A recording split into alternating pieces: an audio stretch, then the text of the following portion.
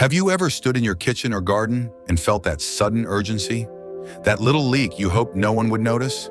If so, you're not alone. For many women over 60, it's a quiet struggle we rarely talk about.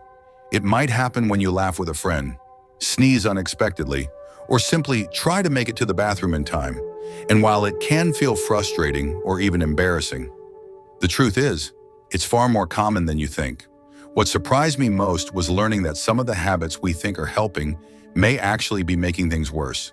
Doctors are now speaking up, warning senior women to rethink certain routines that could be silently harming our bladder health. In this video, I'll walk with you through 8 important habits to avoid. Each one comes from real stories, medical insight, and hard-earned wisdom.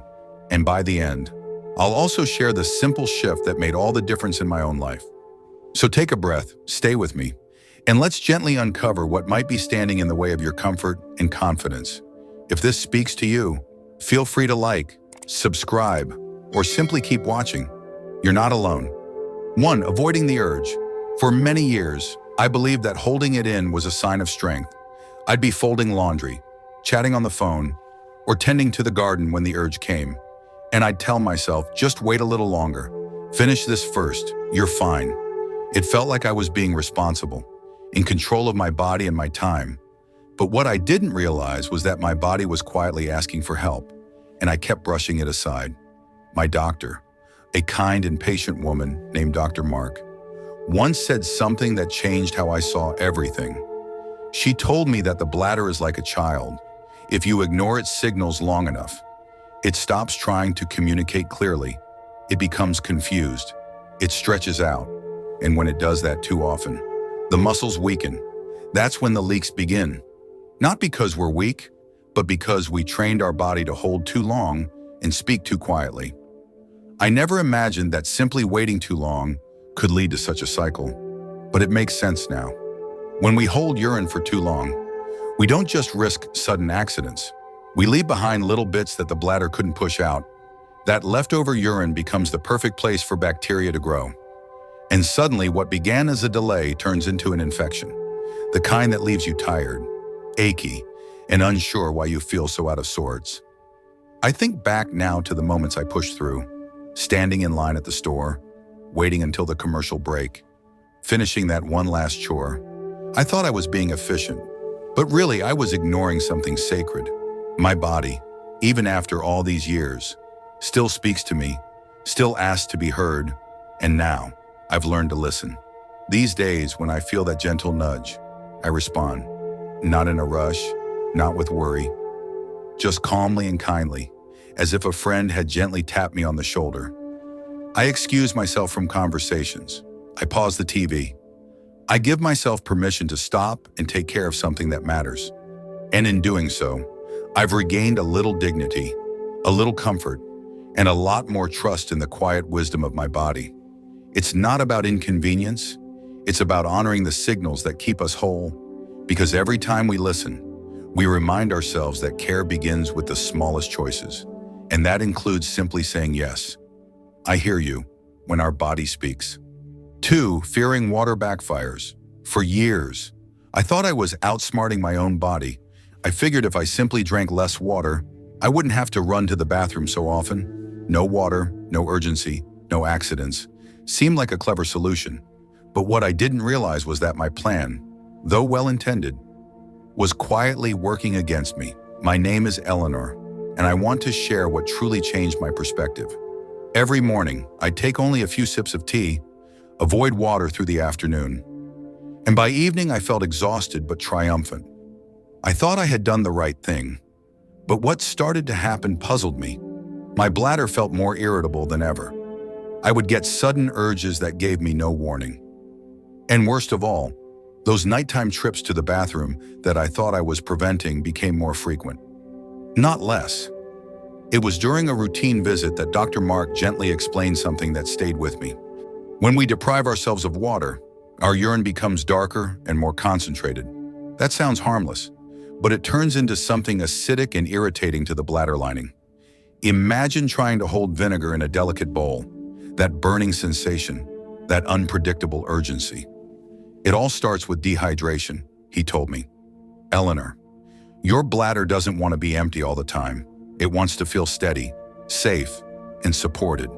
And the only way to do that is with gentle, regular hydration, not big gulps once or twice a day, but small sips throughout, like you're watering a plant. Not enough, and it wilts. Too much at once, and it floods. But the right rhythm, and it thrives. That simple shift in how I viewed water changed my daily routine. I now keep a glass nearby throughout the morning and afternoon, sipping slowly as I go about my day. I no longer fear the water. In fact, I welcome it. Then in the evening, I gently ease off. I found that drinking less after dinner helps me rest better at night without interruptions. This wasn't about solving everything in a day. It was about understanding what my body was really asking for. Not punishment, not restriction, but care, respect. A small glass of water, taken with intention, can be one of the most healing gifts we give ourselves. And over time, my bladder has responded with more peace, fewer surprises, and a quiet thank you that I feel with every calm, easy breath. 3. Too much caffeine. Let me tell you, this one was not easy for me. My name is Grace, and if you had told me a few years ago that my beloved morning coffee could be part of my bladder troubles, I would have laughed politely and poured another cup. That rich, familiar aroma, the warmth in my hands, the quiet comfort of those first sips in the morning sun. It felt like a small ritual of joy. But sometimes the things that bring us comfort also deserve a closer look, especially as our bodies begin to change. I started noticing that I was making more urgent trips to the bathroom. It wasn't just the frequency, it was the way the urgency seemed to sneak up on me, without warning, without mercy. At first, I blamed age, stress, even my fluid intake. But during a visit with Dr. Mark, I shared my daily habits, and that's when he gently pointed out something I hadn't considered. He said, Grace, caffeine is tricky. It doesn't just wake up your mind, it wakes up your bladder too. He explained that caffeine can irritate the bladder lining and make the muscles more sensitive. And because it's a diuretic, it also tells your kidneys to make more urine. So, not only is your bladder jumpy, but it's filling up faster. That combination can lead to more leaks, more panic, and less peace. I didn't want to believe it at first, but I decided to try something different, not out of fear, but out of curiosity. I started by switching to just one small cup of coffee in the morning. I made it count, sitting quietly, savoring it fully. After that, I turned to herbal teas that calmed me rather than stirred me up. Chamomile, rooibos, a touch of mint. They became new little comforts in my day. What surprised me was how quickly my body responded. Fewer sprints to the bathroom, less urgency, and best of all, a gentle sense of control returning. I didn't feel deprived. I felt empowered. I hadn't given something up. I had simply made a choice to care for my body in a new way. So if you love your coffee like I did, don't feel you have to give it up. Just listen to your body, adjust with kindness, and remember, sometimes the smallest shift in routine can unlock a much bigger sense of ease and confidence. 4. Neglecting core strength. I used to believe pelvic floor exercises were something for young women recovering after childbirth. Not for someone like me. At 74, I figured that ship had sailed. My name is Louise, and I couldn't have been more mistaken. It wasn't until I found myself leaking during a hearty laugh at dinner with friends that I began to realize something needed to change. That small moment of embarrassment pushed me to ask questions I had avoided for too long. Dr. Mark listened with compassion and explained what I wish someone had told me decades ago. Our pelvic floor muscles are like a quiet team working beneath the surface, supporting our bladder, uterus, and bowels. They help us stay steady, composed, and in control. But as the years pass, and especially after menopause, those muscles naturally lose strength. The result is often the little leaks we write off as just part of getting older. But they don't have to be. The beauty of the body, even in its older chapters, is that it can respond when we give it attention. Dr. Mark suggested I begin pelvic floor exercises, the same ones often called Kegels. At first, I was hesitant, It sounded awkward, but I quickly learned how simple they really are. I started practicing just a few times a day, while brushing my teeth, during commercial breaks, even while sitting in the garden. A gentle squeeze, hold and release. No one could see it. But inside, something was quietly shifting. Within a few weeks, I began to notice a change. I wasn't rushing to the bathroom as often. The sudden urges became less dramatic, and most importantly, my confidence started to return. There was a calmness in knowing that I had some control, that I wasn't entirely at the mercy of aging. It's easy to overlook these tiny muscles because they don't ask for much, but they deserve our attention. You don't need fancy equipment or a gym membership. Just awareness and a few moments of care each day. I often think about how much I would have benefited had I started sooner, but I also know it's never too late. Sometimes the most important work we do happens in the quietest way. A small decision, a gentle squeeze, a bit of faith in the body's ability to strengthen. That's where real change begins. Right there, in the stillness. 5. Pads are not the answer. There was a time when I thought I had found the perfect fix. My name is Margaret, and when the little leaks first started showing up, I didn't panic. I simply started wearing pads. Quietly, discreetly. I tucked one into my underwear and went on with my day. No need to talk about it. No need to think too deeply. I told myself this was just what happened when you reached a certain age. Pads were convenient. No one had to know, not even my doctor. But over time, that quiet solution started to feel like a silent trap. One day, while folding laundry, I caught myself reaching for another pad and thought, is this it? Is this how the rest of my life will be managed? That's when I finally asked for help, and I'm so glad I did. Dr. Mark sat with me kindly and explained what no one else had. He said, Margaret, pads are not the enemy. They're there to offer support, but they should never be the only plan. They are a backup, not a cure, if you rely on them too much. It's easy to miss the signs your body is sending. A bladder that's getting weaker, muscles that need support, a possible infection or nerve change. Things that, if ignored, slowly become more difficult to treat. It struck me like a truth I had been avoiding. Using pads without doing anything else is like putting a bucket under a dripping ceiling, but never fixing the leak. Sure, it keeps the floor dry for now. But what about the damage building up above? That conversation changed everything for me. I still carry pads in my purse. I'm not ashamed of that, but now I use them as a gentle backup, not a full-time crutch. I hydrate properly. I do my pelvic exercises every morning and evening. And most importantly, I talk openly with my doctor. I no longer pretend this is something to be hidden or ignored. What I've learned is that managing bladder health takes courage, curiosity, and care. It's not about pretending the leaks don't happen. It's about believing that you can support your body in new ways.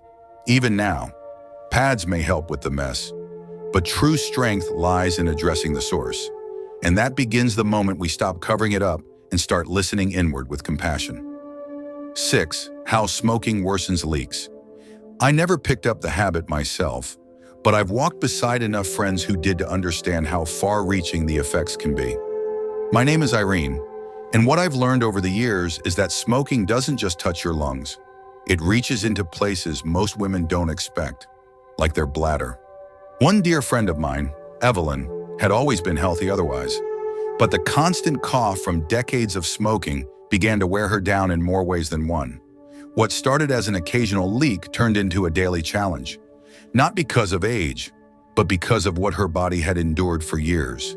Each time you cough from a smoker's hack, your bladder feels it, that forceful pressure, over and over again, begins to stretch and weaken the pelvic floor muscles.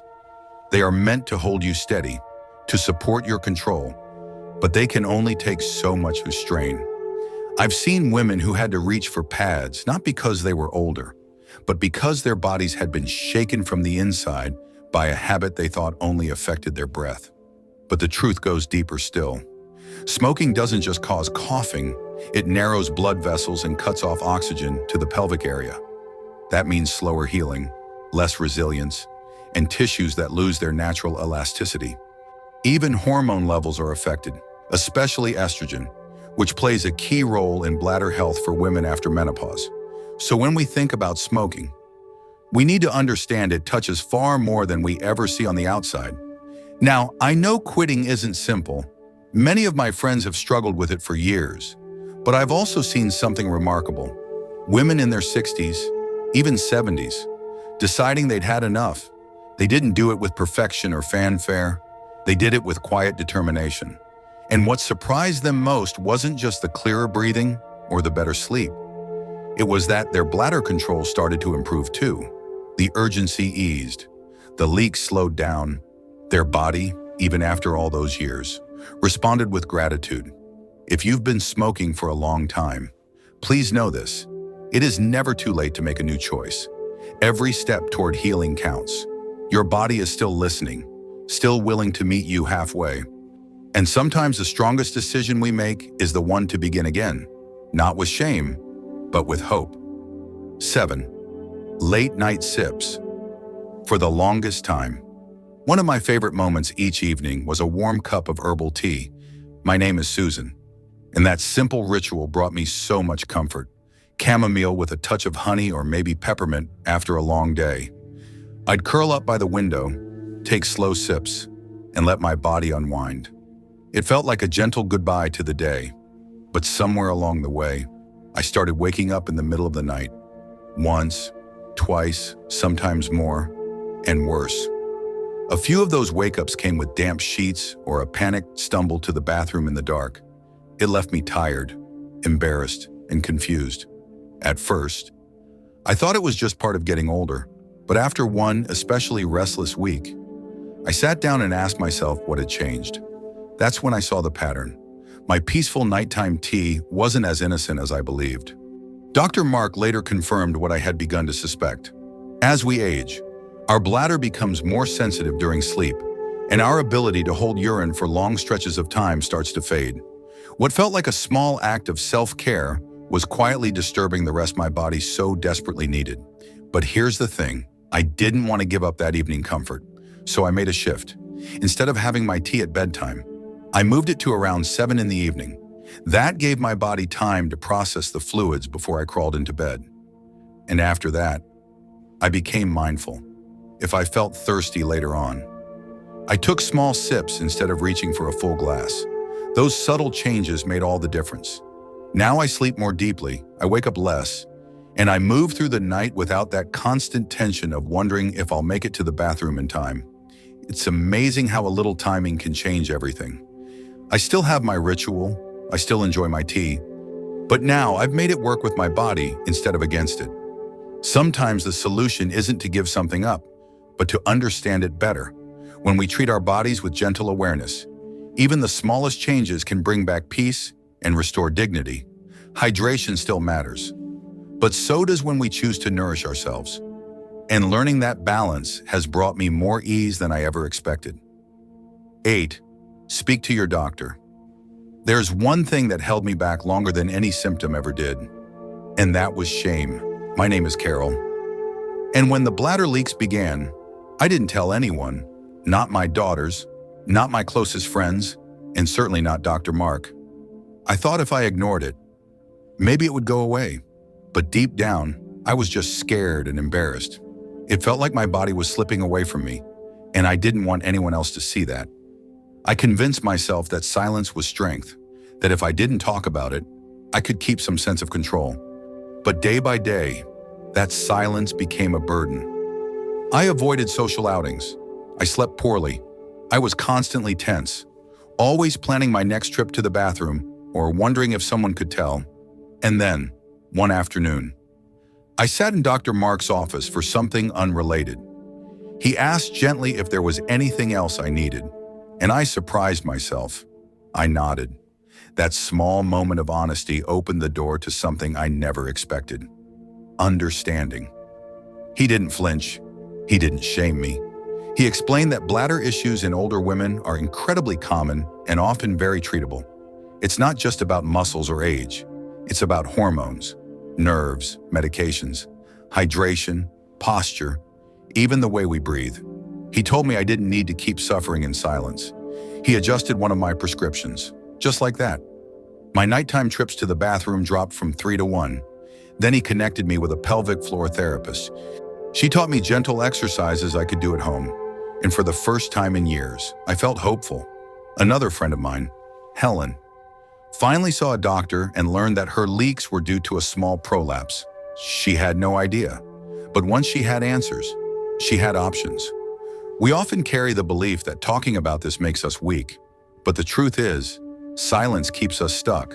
Strength is saying, I want better for myself.